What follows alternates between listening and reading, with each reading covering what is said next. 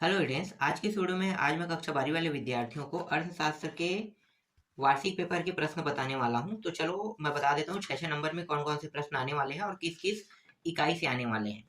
तो आप लोगों के पास सबके पास परीक्षा बोध या परीक्षा सार तो होगा ना। बस ये प्रश्न जो है परीक्षा बोध परीक्षा सार बस में मिलेगा। तो देख सकते हो, इकाई का नाम है उपभोक्ता साम्य व मांग। ठीक है, इकाई के नाम से दिया, पाठ के नाम से नहीं दिया है, ध्यान देना। इकाई के नाम से है उपभोक्ता साम्य व मांग। तो इसमें कौन कौन से प्रश्न आपको पढ़ने हैं वो मैं बता देता हूँ।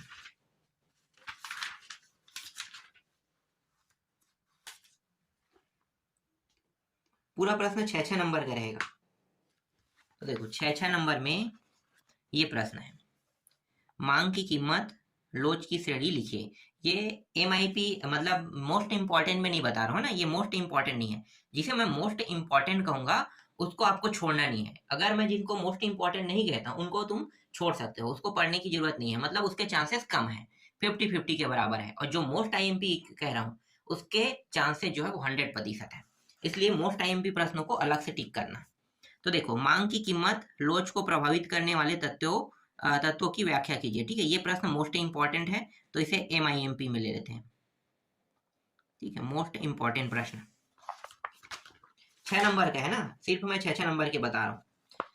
एक प्रश्न है ये, मांग की अर्थ स्पष्ट करते हुए मांग के प्रमुख तत्वों का वर्णन कीजिए। सिर्फ इसे इंपॉर्टेंट में ले रहा हूँ, मोस्ट इंपॉर्टेंट में नहीं ले रहा हूँ। उपभोक्ता के संतुलन की सचित्र व्याख्या कीजिए। ये प्रश्न है मोस्ट इंपॉर्टेंट। ठीक है, मोस्ट इंपॉर्टेंट में ले रहा हूं, इसको अच्छे से तैयार कर लेना।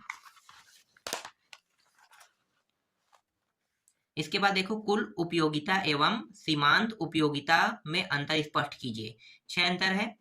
ठीक है, ये वाला तो नहीं आएगा, लेकिन ये वाला इसका जो आने का चांस है ये वाला ज्यादा है, इसे मैं मोस्ट IMP में लेता हूँ। ठीक है, देखो ये नहीं आएगा कह रहा हूँ, इसका मतलब इसको छोड़ मत देना ना, पढ़ना है।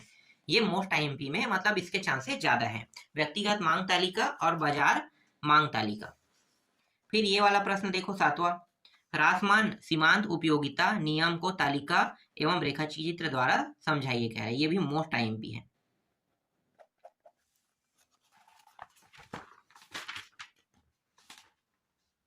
इसके बाद 8वां के चांसेस कम है, नहीं ठीक है, 9वां का भी कम है।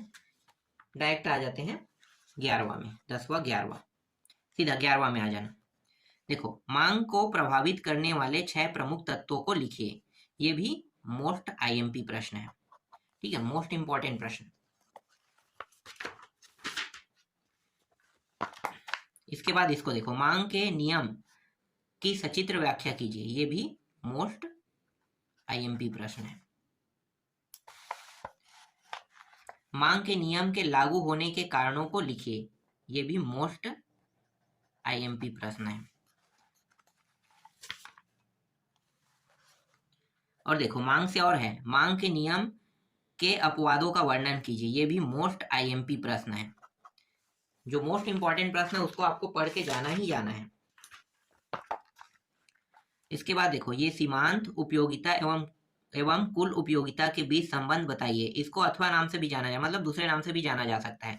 तो ये प्रश्न भी मोस्ट IMP प्रश्न। मैं सिर्फ मोस्ट इंपॉर्टेंट प्रश्न आप लोगों को बताना चाह रहा था, लेकिन कुछ प्रश्न ऐसे हैं जो मोस्ट IMP के तौर पे भी है और जिसके चांसेस थोड़ा कम है, 50-50, उनको भी मैं ले दिया हूँ। ठीक है, तो मोस्ट IMP के चांसेस ज्यादा रहेगा आपके एग्जाम में, वो प्रश्न आपको ज्यादातर देखने को मिल सकता है।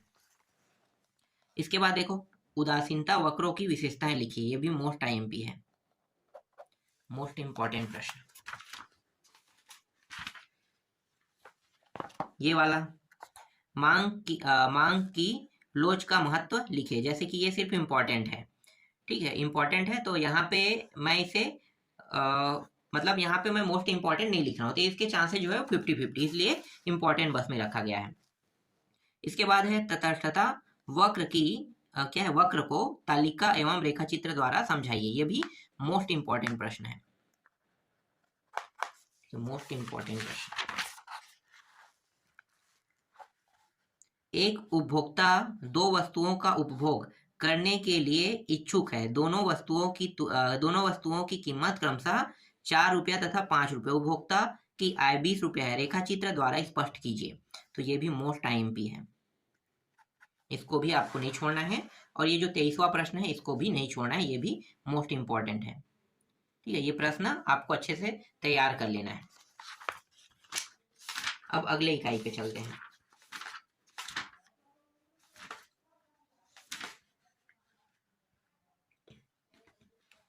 ठीक है, ये इकाई 3। ठीक है, इकाई 3 से उत्पादक, व्यवहार व पूर्ति। तो इकाई 3 से भी 6 अंक के प्रश्न आने वाले हैं। 4 और 6 दोनों के आने वाले, तो मैं यहाँ पे सिर्फ अभी 6 के बताऊंगा। 6 के प्रश्न में मतलब 6 अंक के जो प्रश्न आपको देखने मिलेगा, कौन कौन सा देखने को मिलेगा। तो 6 अंक के देख लेते हैं।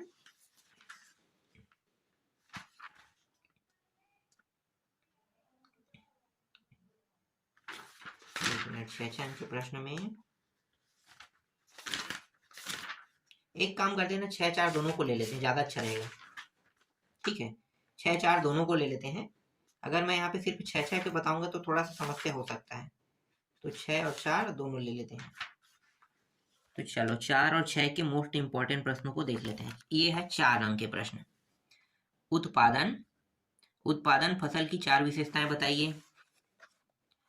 औसत उत्पाद एपी तथा सीमांत उत्पाद एमपी में क्या संबंध है।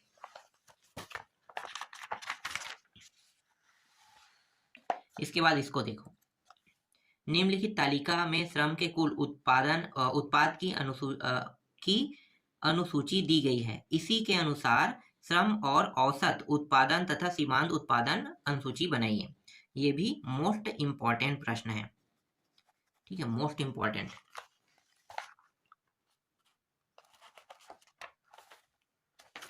इसके बाद देखो, यहाँ पे एक तालिका दिया है ना, कुल और लागत दिया हुआ है, इसको हल करना है। तो क्या निकालना है भाई, इस फर्म का कुल स्थिर लागत एवं कुल परिवर्ती लागत की गणना कीजिए। तो ये भी मोस्ट आईएमपीओ में से एक प्रश्न है।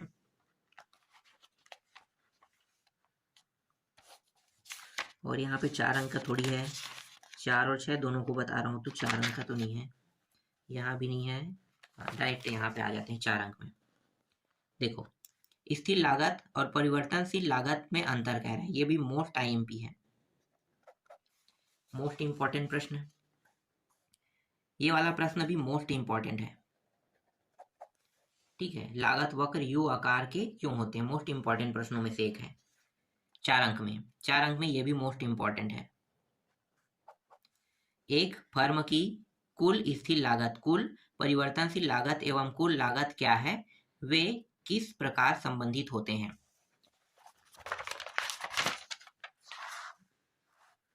इसके बाद है पूर्ति का विस्तार एवं पूर्ति में वृद्धि में अंतर लिखिए। ये भी 4 नंबर में मोस्ट आईएमपी है। पूर्ति संकुचन एवं पूर्ति कमी, ये भी मोस्ट आईएमपी है। इसके बाद देखो, लागत फलन की संकल्पनाओं को संक्षिप्त में समझाइए। ये सिर्फ इंपॉर्टेंट बस में लो इसको। अगला है, एक फर्म की औसत स्थिर लागत, औसत परिवर्ती लागत तथा औसत लागत क्या है, वे किस प्रकार संबंधित है। ये भी इंपॉर्टेंट बस में लो इसको। अल्पकाल एवं दीर्घकाल की अवधारणाओं का स्पष्ट कीजिए। औसत उत्पाद एवं सीमांत उत्पाद के मध्य संबंध की व्याख्या रेखाचित्र की सहायता से कीजिए। अब 6 6 का देख लेते हैं। 4 4 का हो गया, 6 6 का देखते हैं। ये वाला प्रश्न ये 6 नंबर का 4 में आ गया है, कोई बात नहीं, 4 6 पलट सकता है, तो 4 6 दोनों को वैसे ही देखना है। ठीक है, तो अल्पकाल एवं संकल्पना को परिभाषित कीजिए। कुल उत्पाद, औसत उत्पाद तथा सीमांत उत्पाद की अवधारणाओं को समझाइए। ये मोस्ट आईएमपी प्रश्नों में से एक है। औसत लागत एवं सीमांत लागत से संबंध को तालिका एवं रेखा चित्र की सहायता से स्पष्ट कीजिए। यह भी मोस्ट आईएमपीओ में से एक है।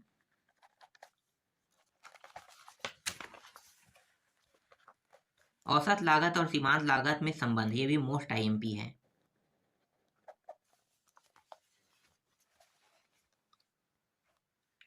परिवर्तनशील अनुपातों के नियम की व्याख्या रेखाचित्र की सहायता से कीजिए।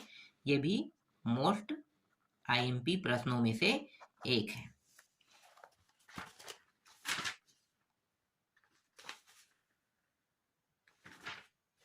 इसके बाद 6 नंबर में और कौन सा मोस्ट इंपॉर्टेंट में से है, ये वाला प्रश्न देखो, पूर्ति की लोच का क्या आशा है, इसे प्रतिशत परिवर्तन विधि द्वारा कैसे ज्ञात करते हैं। तो ये मोस्ट आईएमपी प्रश्नों में से एक प्रश्न है। अगला देखो, पूर्ति की कीमत लोच को प्रभावित करने वाले 6 कारकों का वर्णन कीजिए। ठीक है, ये सिर्फ इंपॉर्टेंट में लेना इसको। फिर ये है पूर्ति की लोच की श्रेणियां लिखिए, इंपॉर्टेंट है। और यह है पूर्ति को निर्धारित करने वाले किन्हीं 6 घटकों को लिखिए, ये भी मोस्ट इंपॉर्टेंट में ले लेना। मोस्ट इंपॉर्टेंट वाले प्रश्नों को कोई भी कंडीशन में नहीं छोड़ना है। मोस्ट इंपॉर्टेंट जो बता रहा हूं उससे ज्यादातर प्रश्न, मतलब ज्यादातर जो आपके प्रश्न रहेंगे वो वहीं से आएंगे। हो गया, तीसरा भी हो गया हमारा यूनिट। अब चौथा यूनिट पे आते हैं। चौथा यूनिट पे 6 अंक के प्रश्न देखने वाले हैं। तो इकाई 4 बाजार के स्वरूप, यहाँ से भी 6 अंक के प्रश्न आने वाले हैं। तो 6 अंक के प्रश्न में कौन कौन सा इंपॉर्टेंट है वो मैं बता देता हूँ।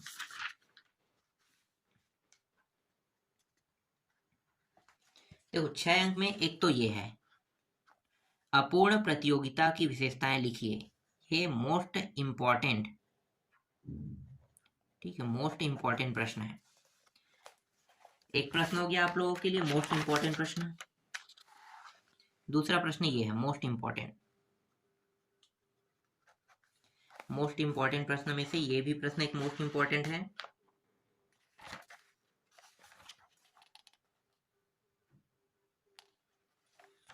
उसके बाद ये वाला प्रश्न, ये भी मोस्ट आईएमपी प्रश्न है। एकाधिकार की प्रमुख विशेषताएं लिखिए, अपूर्ण प्रतियोगिता के कारणों को लिखिए, एकाधिकार प्रतियोगिता की किन्हीं 6 विशेषताओं को लिखिए, ये मोस्ट आईएमपी है।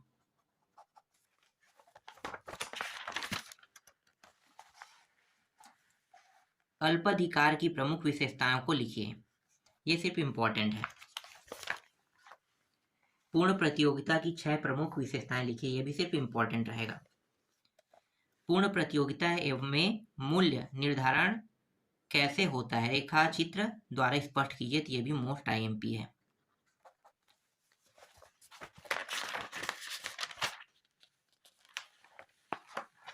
एकाधिकार प्रतियोगिता अल्पाधिकार में अंतर, मतलब दोनों में अंतर बताना है, ये भी मोस्ट आईएमपी है। पूर्ण प्रतियोगिता अपूर्ण प्रतियोगिता, ये भी मोस्ट आईएमपी है। पूर्ण और एकाधिकार में अंतर अभी तो बताए थे ना, चलो नहीं होगा तो एक बार और लिख लेते हैं, ये भी मोस्ट इंपॉर्टेंट है। इसके बाद देखो, पूर्ति में परिवर्तन का संतुलन मूल्य पर क्या प्रभाव पड़ता है, रेखा चित्र द्वारा समझाइए, ये भी मोस्ट इंपॉर्टेंट प्रश्नों में से एक है।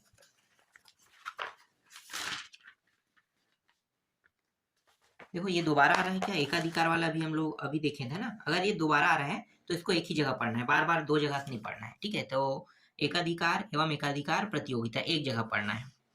पूर्ण प्रतियोगिता एकाधिकार देखते हैं, एक मिनट है कि नहीं, ये अल्पकालीन है। पूर्ण प्रतियोगिता एकाधिकार नहीं, अलग अलग है, ठीक है। ये इंपॉर्टेंट में ये भी नहीं, मोस्ट इंपॉर्टेंट में रखो इसको, ये मोस्ट इंपॉर्टेंट वाला प्रश्न है, ठीक है, ये मोस्ट इंपॉर्टेंट वाले प्रश्नों में से एक है। इसके बाद सामान्य मूल्य की विशेषताओं को लिखिए, ये भी मोस्ट इंपॉर्टेंट प्रश्नों में से एक है।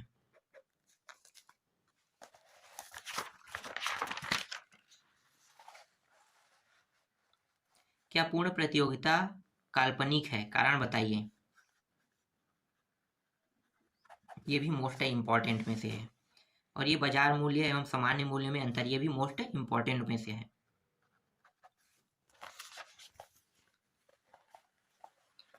बाजार मूल्य की विशेषताओं को लिखिए, सिर्फ इंपॉर्टेंट में रखो।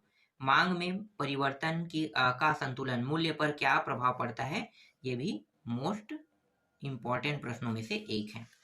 और बाजार मूल्य वाला ये वाला जो प्रश्न है ये सिर्फ इंपॉर्टेंट है। तो मोस्ट इंपॉर्टेंट जो है उसको आपको छोड़ना नहीं है, मैं आपको बार बार रिपीट बता रहा हूँ। मोस्ट इंपॉर्टेंट में से ही मैं कहूँगा कि एग्जाम में प्रश्न आएंगे। कुछ प्रश्न ऐसे हैं जिनके 50-50 चांसेस है, इसलिए मैंने कुछ प्रश्नों को बिना मोस्ट इंपॉर्टेंट करके दिया है ना। ये भी प्रश्न इंपॉर्टेंट है। मूल्य निर्धारण में समय तत्व के महत्व का व्याख्या कीजिए, इंपॉर्टेंट है। और एक वस्तु बाजार संतुलन ये है मोस्ट इंपॉर्टेंट। मोस्ट इंपॉर्टेंट प्रश्नों में से एक है। बस इतना ही था इसमें। अब इकाई देखते हैं 5 में। इकाई 5 में आते हैं। तो इकाई 5 क्या है भाई? राष्ट्रीय आय तथा संबंधित संकल्पनाएं। तो इकाई 5 में है ना। तो यहाँ से 4 और 5 दोनों के आने वाले हैं, तो मैं 4 को हटा देता हूँ, 4 वाला बाद में बता दूंगा। सिर्फ 6 को बताता हूँ। 6 का कौन कौन सा प्रश्न जो है वो एग्जाम में आ सकता है। 6 और 4, चलो 6 वाला पहले देखते हैं। देखो 6, समष्टि अर्थव्यवस्था का महत्व समझाइए। ये सिर्फ इंपॉर्टेंट मिले। समष्टि अर्थव्यवस्था अर्थशास्त्र के क्षेत्र का विस्तार वर्णन कीजिए। ये भी सिर्फ अभी 6 में लो। समष्टि अर्थशास्त्र की सीमाएं लिखिए। ये भी इंपॉर्टेंट, बस में 6 में रख लो। राष्ट्रीय संपत्ति घटक को निम्नलिखित और ये अथवा 2 अलग अलग नामों से जाना जाता है। ये तो 4 नहीं यार, ये तो 4 अंक है ना। एक मिनट में 6 अंक नहीं है, ये 4 अंक है। सॉरी, गलती से मैं 4 अंक के प्रश्न को बता दिया था। सिर्फ 6 को देखते हैं। 6 अंक वाला, हाँ ये है 6 अंक का। भारत की राष्ट्रीय आय की वृद्धि हेतु आवश्यक सुझाव दीजिए। तो ये मोस्ट आईएमपी प्रश्न है। इसके बाद चर्चा का है। हाँ, फिर 6 में देखो 6 अंक में ये प्रश्न जो है ये भी इंपॉर्टेंट प्रश्न है। सिर्फ इंपॉर्टेंट में दे रहा हूँ, ये मोस्ट इंपॉर्टेंट इतना नहीं है। मोस्ट इंपॉर्टेंट प्रश्न अलग जगह रहेगा। जैसे कि ये प्रश्न है, ये इंपॉर्टेंट में है, ये प्रश्न भी इंपॉर्टेंट में है। अब ये वाला प्रश्न देखो, बंद अर्थव्यवस्था खुली अर्थव्यवस्था में अंतर स्पष्ट कीजिए। तो ये मोस्ट इंपॉर्टेंट प्रश्नों में से एक है। 6 नंबर में ये भी मोस्ट इंपॉर्टेंट प्रश्नों में से एक है। ठीक है, मोस्ट इंपॉर्टेंट प्रश्नों में से एक प्रश्न ये हो गया। ये वाला प्रश्न भी इंपॉर्टेंट बस में रख लो, इसको भी इंपॉर्टेंट बस में रख लो। गणितीय प्रश्न देखना ही है आपको। और एक मिनट, ये तो 4 का है, 4 का नहीं देखना है, 6 का देखना है। 6 में ये वाला प्रश्न भी इंपॉर्टेंट बस में रख लो, इससे एक प्रश्न आएगा ही आएगा। ये 4 का है, 4 छोड़ो। 6 देखो, ये रहा 6। ये जो है ये मोस्ट इंपॉर्टेंट प्रश्न है। हाँ ठीक है, बस इतना ही है, ज्यादा नहीं था इसमें। 6 रंग के प्रश्न कम है। गणितीय प्रश्न आएगा इतना मुझे पता है। 5 हो गया, 6 से कोई नहीं आएगा। 7 देखते हैं, इकाई 7। तो इकाई 6 से कोई भी प्रश्न 6 अंक के नहीं है, तो सीधा 7 पे चलते हैं। रोजगार व आय निर्धारण। रोजगार व आय निर्धारण में देखते हैं कौन कौन से प्रश्न आपको एग्जाम में देखने को मिल सकता है। तो एक तो प्रश्न ये है जो मोस्ट इंपॉर्टेंट में से एक है। ठीक है, मोस्ट इंपॉर्टेंट में से एक प्रश्न एक है, ये मोस्ट इंपॉर्टेंट में से एक है। ठीक है, प्रभावी मांग क्या है? ठीक है, इसमें कुछ और लिखा हुआ है, इसको देखना। ये मोस्ट इंपॉर्टेंट में से एक प्रश्न है। और मोस्ट इंपॉर्टेंट में से ये वाला प्रश्न भी है। रोजगार के परंपरावादी सिद्धांत एवं प्रो किन्स के रोजगार सिद्धांत के प्रमुख अंतर बताइए। तो ये मोस्ट आईएमपी प्रश्नों में से एक है।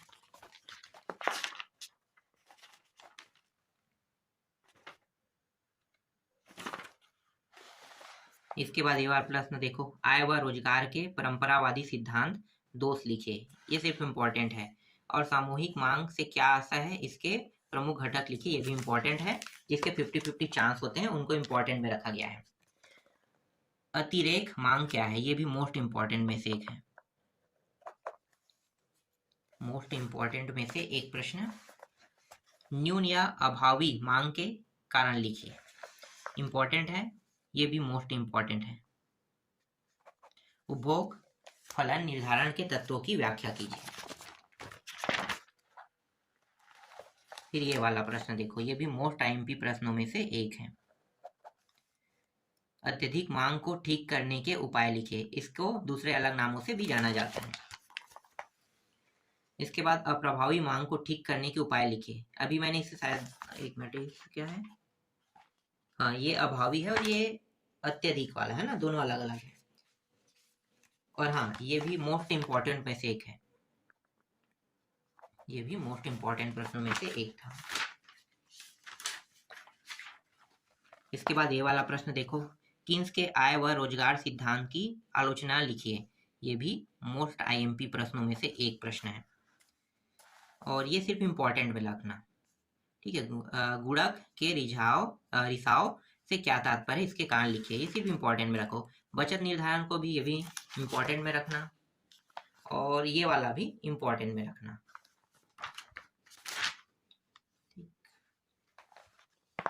और उपभोग फलन का अर्थ बताइए तथा इसका महत्व, ये भी इंपॉर्टेंट में रखना है।